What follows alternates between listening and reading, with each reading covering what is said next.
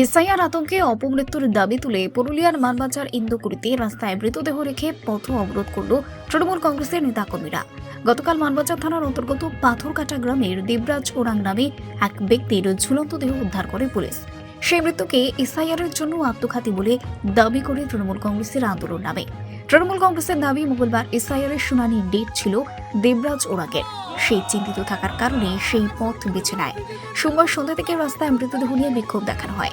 উপস্থিত ছিলেন রাজ্যের পশ্চিমাঞ্চল উন্নয়ন পর্ষদের মন্ত্রী সন্ধ্যা রানী টুডু, পুরুলিয়া জেলা পরিষদের সহ সভাধিপতি সুজয় বন্দ্যোপাধ্যায় সহ এলাকার একাধিক নেতা কর্মীরা। ব্যুরো রিপোর্ট, জেসপা 24 বাংলা।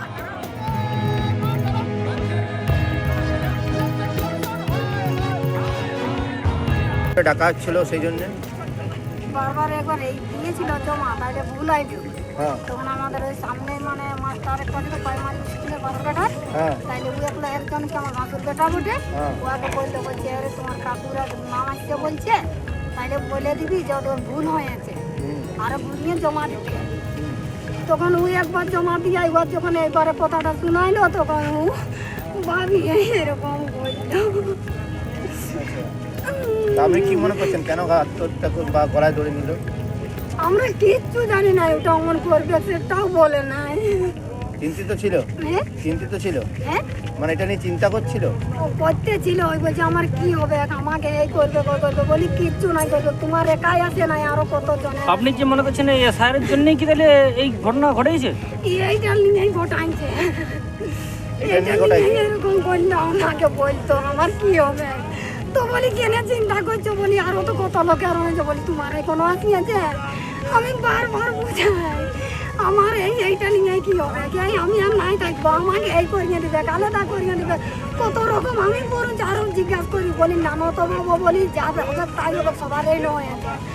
আমি অমনি কথাটা বলি, কিন্তু আমার কথা কানে নিল না। আপনার নাম? আমার নাম বানুমতি উরা।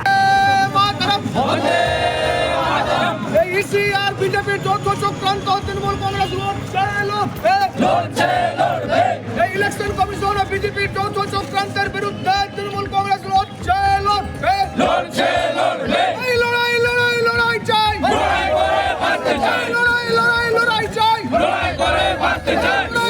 লড়াই চাই। মাতরম বিজেপি হায় হায়, বিজেপি জিন্দাবাদ, অভিষেক বন্দ্যোপাধ্যায় জিন্দাবাদ, অভিষেক বন্দ্যোপাধ্যায় জিন্দাবাদ, সর্বভারতীয় তৃণমূল কংগ্রেস জিন্দাবাদ, সর্বভারতীয় তৃণমূল কংগ্রেস জিন্দাবাদ, সর্বভারতীয় তৃণমূল কংগ্রেস জিন্দাবাদ।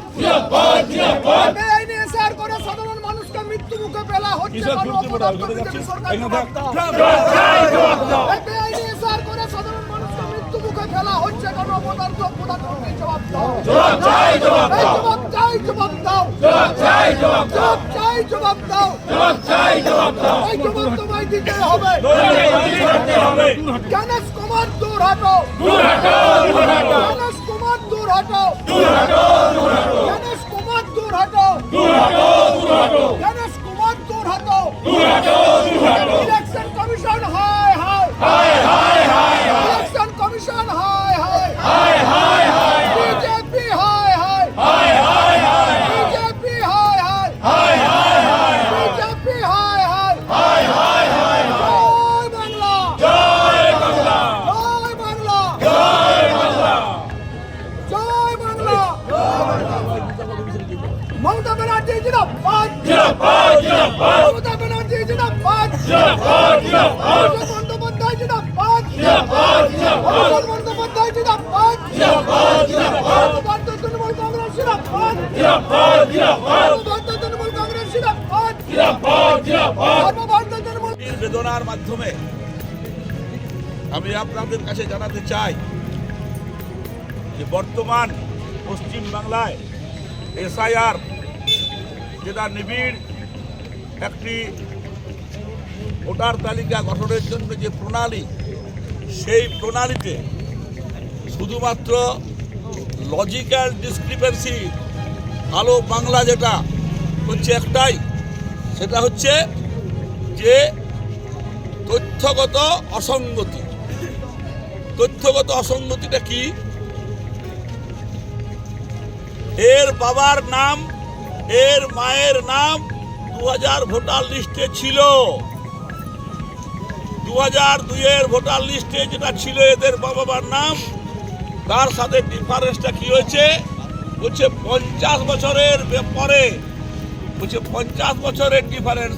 এর সাথে এর বাবার ডিফারেন্স হয়েছে 50 বছর। তার জন্য বলছে এই ছেলেটি ওর বাবার নয়। এই ধরনের একটি অভিযোগ আমি আপনাদের সামনে, সবাইকার সামনে বলছি। অভিযোগটা শুধু এরকম ধরনের আরো অভিযোগ আছে। এটা হচ্ছে একটা অভিযোগ, সামান্যতম একটা নামের শুধু বানান ভুল করলে তাদের একটা অভিযোগ আসছে। এবং সাথে সাথে যদি কারো 6টা ভাই হয় বা বোন হয়, তাহলে তাদের বিরুদ্ধে বলছে 6 ভাই বোন কি করে হলো। আমি আপনাদের সারা ভারতবর্ষের প্রধানমন্ত্রীকে অত্যন্ত শ্রদ্ধার সাথে নিবেদন করে বলছি, আমাদের হে মাননীয় প্রধানমন্ত্রী মহাশয়, আপনিও আপনার মা বাপের 6খানা সন্তানের মধ্যে তৃতীয় সন্তান। যদি এই দেবরাজ ওরাং একজন আদিবাসীকে আপনি এই জায়গায় যে ব্যবস্থাটা করলেন, আমি শুধু এটাকে মুসলমানের উপর অত্যাচার নয়, এরা পরিষ্কার প্রমাণ যেটা ভারতবর্ষের আদিবাসী, এরা আছে বলে এই ভারতবর্ষটা আছে, এরা ছিল বলে এই ভারতবর্ষটা আছে। তাদের আপনি এইভাবে হ্যারাস করছেন, তাদের উপর এইভাবে অত্যাচার চালাচ্ছেন। আপনি ইলেকশন কমিশনটা আপনার বাপের মনে করেছেন।